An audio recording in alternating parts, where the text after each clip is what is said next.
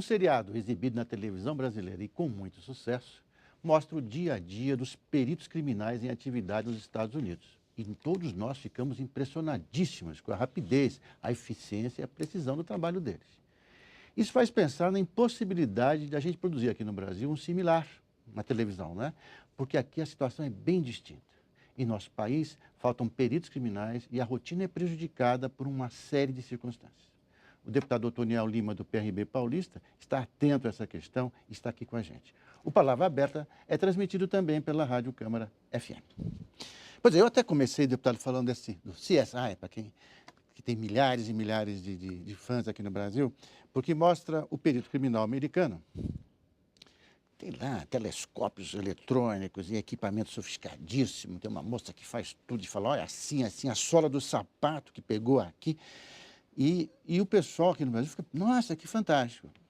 Claro que é ficção, claro que aquilo é uma criação fictícia, mas é sempre baseado numa realidade. A ficção também tem que se basear um pouco no que acontece, senão não ganha credibilidade. E eu falei que aqui é difícil aqui no Brasil, porque aqui no Brasil nós sabemos que o perito criminal, ele trabalha sem condições, não ganha bem, não tem equipamento. Então, eu queria começar a nossa conversa aqui te perguntando um pouco, antes de falar da PEC, né, que o senhor está batalhando muito essa questão, vamos falar um pouco da situação do perito criminal no Brasil. Porque parece que a situação, o perito criminal é um personagem, é um profissional de carreira um pouco esquecido, né? Primeiramente, eu quero agradecer o programa pelo espaço de abrir esse tema importante, a discussão desse tema importante da PEC 325. Realmente, como você fala, esse seriado que acontece na televisão do CSI, que vê lá desvendando o crime, a pessoa com fio de cabelo consegue descobrir quem foi que matou, com um copo, com a pressão digital, consegue descobrir todo aquele crime, toda aquela ficção que existe ali. Logicamente que eu defendendo a Polícia Científica de São Paulo, defendendo os peritos criminais do Brasil aí, eu digo que não fica muito longe do que é, no filme, a nossa realidade. Por isso que nós vemos aí lamentável essa situação da Polícia Científica no Brasil inteiro, dos peritos criminais, são pessoas que têm trabalhado, nós temos acompanhado, vamos falar aqui de algo que nós já acompanhamos. Já acompanhamos a Polícia Científica em várias operações, já acompanhamos os peritos criminais em várias situações da perita criminal. Eu visito muito a Polícia Científica, visito o Instituto Médico Legal, visito o ML, o Instituto de Criminalística, sei para estar a par desse trabalho, da necessidade dessa profissão, desse trabalho. Nós vemos que o Brasil tem tudo para deslanchar. Então, nós vemos aí ainda uma deficiência para que a gente possa se tornar exatamente aquilo que é na televisão, o que vem a ser hoje no Brasil, o que vem a ser hoje em São Paulo, na Polícia Científica.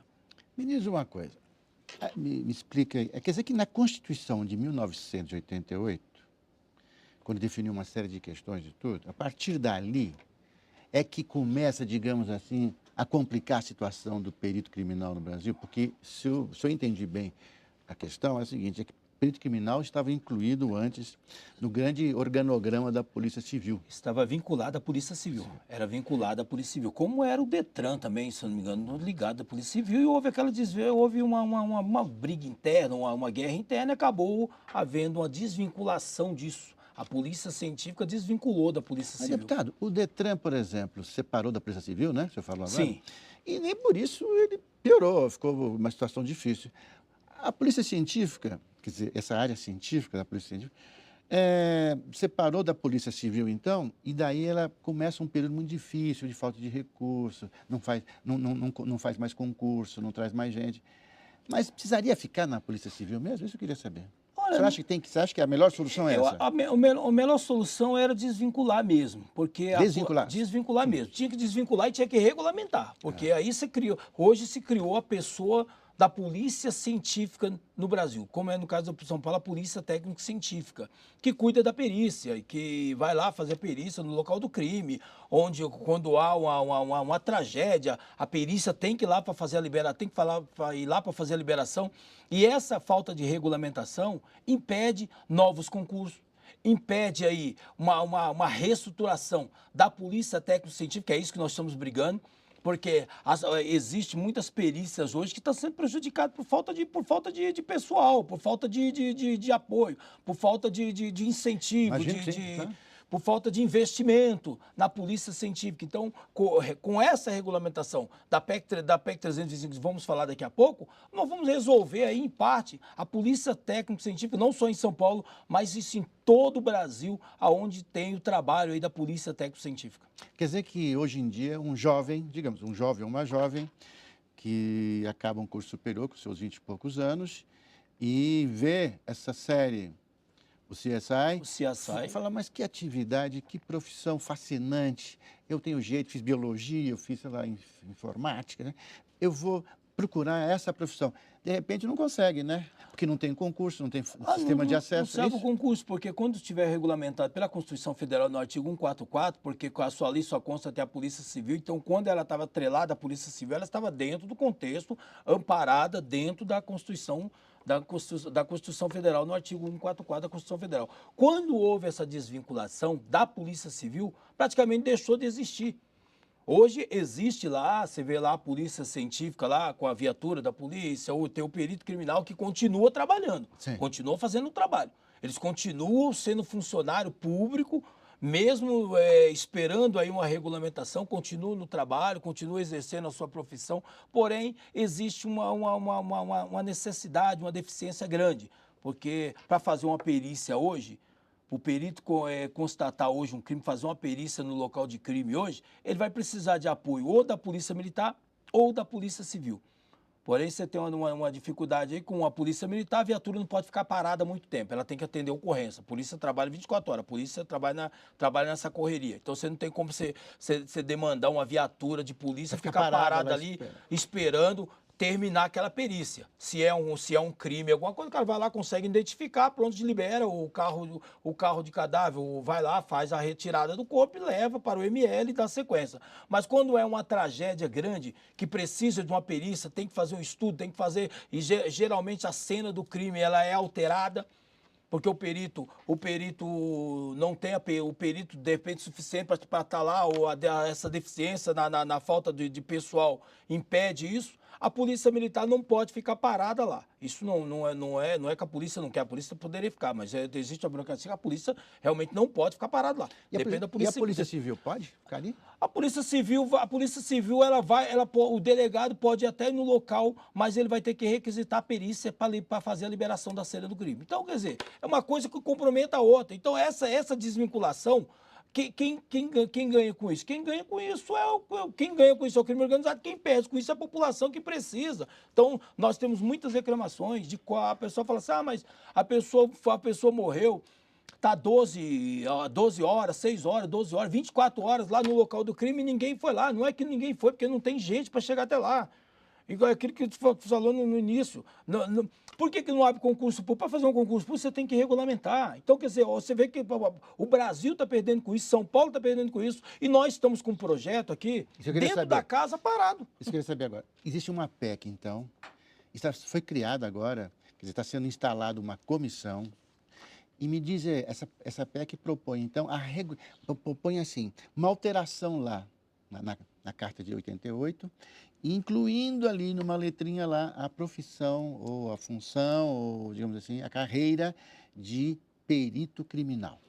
Com isso, é só isso ou tem mais alguma coisa? Quer dizer, olha, isso é suficiente para melhorar a situação e resolver? A PEC 325, ela acrescenta a seção ao capítulo 4 do título 4 da Constituição Federal, dispondo sobre a perícia oficial de natureza criminal. Quer dizer, uma criação da instituição pública, perícia criminal, competência, investigação criminal, instrução, processo penal de lei federal, entre outros estados, na União Federal, nos estados e também nos municípios. Então, essa PEC 325, que vai lá criar essa letra, incluir a perícia criminal na Constituição Federal, isso faz com que venha regulamentar o trabalho da perícia criminal, da polícia técnico-científica. Aí você pode abrir um concurso público só para a polícia científica, só para perito criminal, para legista, para papilocopista e dá sequência aí, dá mais agilidade nesse trabalho, nessas perícias. Nós temos muitas perícias aí que estão em andamento e crime acontece todo dia, tragédia acontece toda hora, crime acontece todo dia, como o Gabi falou, e nós estamos com as perícias prejudicadas com isso. Tá, nosso tempo está... Nós estamos no finzinho mesmo. Só queria perguntar uma coisa. O senhor fala, então, se a PEC for aprovada, então coloque-se uma letrinha lá e resolve essa questão do perito criminal, pode fazer concurso, pode estabilizar a carreira, organizar tudo. Mas falta um pedaço nessa história aí que eu queria saber. Eu sou leigo, claro, no assunto. Mas continua a burocracia ali. A Polícia Militar não pode ficar parada esperando chegar o camarada, o técnico fazer a perícia. A Polícia Civil... E não falta uma maior autossuficiência, quer dizer, para a polícia técnica, quer dizer, ela vai ficar sempre dependendo da viatura não sei de quem, da outra viatura ali, quer dizer, ela não vai ter nunca uma autonomia maior? Não, ela usa a viatura. A Polícia Técnica Científica hoje, ela tem a viatura normal da polícia. Sim, mas é que você falou, porém, tem que ficar, a Polícia Militar não pode ficar esperando... Para fazer a segurança do perito. A Polícia Militar e a Polícia Civil, a Guarda Municipal, fazer a segurança do perito, porque o perito não pode usar arma e nem andar com colete à prova de bala, porque não faz parte da Constituição Federal.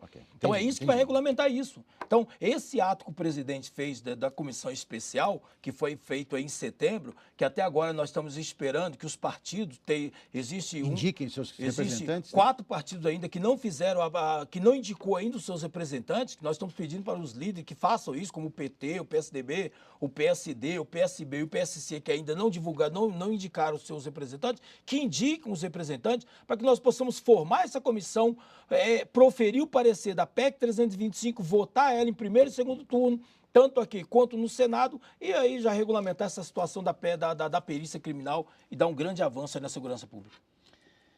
Deputado Otoniel Lima, muito obrigado pela sua vinda. Eu espero que esse tema sensibilize os outros deputados, né? Porque nós precisamos de uma polícia científica bem organizada e tecnicamente eficiente. Muito obrigado pela sua vinda. Eu que agradeço, espero voltar aqui da próxima vez com a PEC já votada, com o pessoal da perícia, da Polícia Técnica Científica, e dizer que realmente a segurança pública deu mais um passo em direção aí o crescimento e o desenvolvimento da segurança pública. Muito obrigado. E obrigado a você que ficou com a gente até agora. Até mais.